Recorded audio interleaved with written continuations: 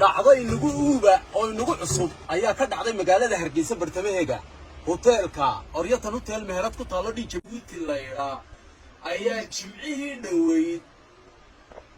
dhalinyar halka marisay meherada hormarisay ayaa dalaayada ka laalaada meherada ama ka horeysa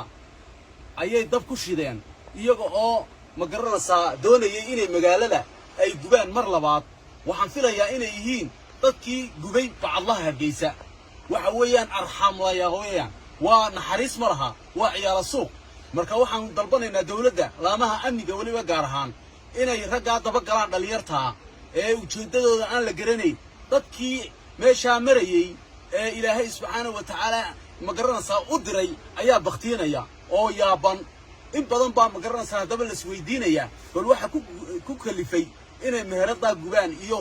dheelka iyo suuqaas oo dhan buu isqabsan lahaa إلهي سبحانه وتعالى دليرتها وصادر ماشي جوتي بيكون بختيين على الناس وقبطان لنا عدي قران إنسان عن ناس وشكتو ومهردة دي جبوتي يجمعيه دوي فطبدي هبني بو